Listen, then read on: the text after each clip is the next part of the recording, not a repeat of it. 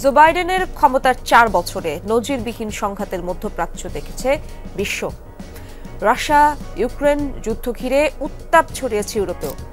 An oligarchy is taking shape in America of extreme wealth, power, and influence that literally threatens our entire democracy.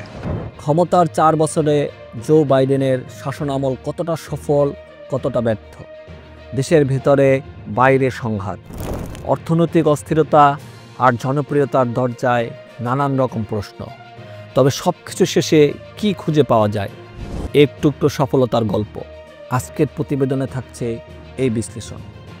২০২০ সালে ৭৮ বছর বয়সে যুক্তরাষ্ট্রের ক্ষমতায় এসেছিলেন Joe Biden. প্রতিশ্রুতি ছিল হারানো গৌরব ফিরিয়ে আনার, ক্ষতিগ্রস্ত অর্থনীতি পুনর্গঠন। কিন্তু ৪ বছরের মাথায় বিদায়ী এই প্রেসিডেন্টের নাম সামনে আসছে নতুন করে প্রশ্নের কেন্দ্রে।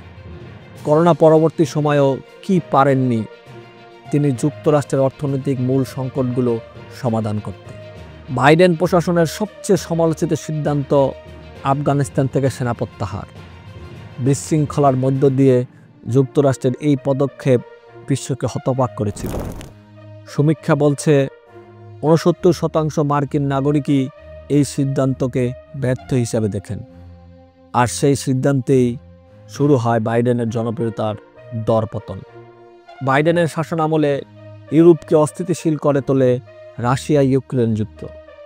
৩ বছরে এই সংঘাত নিরসনে ব্যর্থ বাইডেন প্রশাসন। উল্টো মার্কিন অর্থনৈতিক যুদ্ধের খরচে আরও চাপের মুখে পড়ে। বিশাল অঙ্কের সামরিক সহায়তা সত্ত্বেও শান্তি আনতে পারেননি বাইডেন। তেল গ্যাস সংকট, বেকারত্ব আর মুদ্রাস্ফীতি বাইডেন প্রশাসনকে করেছে আরও বিপর্যস্ত। ২০২৩ সালে গাজা উপত্যকায় ইসরায়েলের আগ্রাসনের পক্ষে অবস্থান নেন জো বাইডেন। অথচ এই সিদ্ধান্ত বাইডেন প্রশাসনের জনপ্রিয়তায় করে দেয় বিশাল ভাটা। মানবাধিকার লঙ্ঘনের অভিযোগ সত্ত্বেও ওয়াশিংটনের ইসরায়েল প্রীতি যেন বাইডেনের রাজনৈতিক জীবনের একটি বড় সমালোচনার কেন্দ্রবিন্দু হয়ে থাকে। পরাশক্তি চীনের সঙ্গে বাণিজ্য যুদ্ধে যেমন জড়িয়েছে বাইডেন প্রশাসন, তেমনি ভারতের সঙ্গেও নানা ইস্যুতে সম্পর্কের টানাপোড়েন দেখা গেছে। বিশেষ করে খালিস্তানপন্থী হত্যা চেষ্টার ইস্যুতে নয়াদিল্লির সঙ্গে উত্তেজনা বাইডেন প্রশাসনকে কঠিন অবস্থায় ফেলে দেয়। ৪ বছর পর প্রেসিডেন্ট বাইডেন বিদায় নিচ্ছেন, রেখে যাচ্ছেন মিশ্র এক শাসনকালের স্মৃতি, ঐতিহাসিক ব্যর্থতা, জনপ্রিয়তার নিম্নগতি আর তীব্র সমালোচনার ছায়া। এখন প্রশ্ন, নতুন নেতৃত্ব কি পারবে যুক্তরাষ্ট্রের সেই পুরনো অবস্থানে ফিরিয়ে নিতে? আমরা অপেক্ষায়।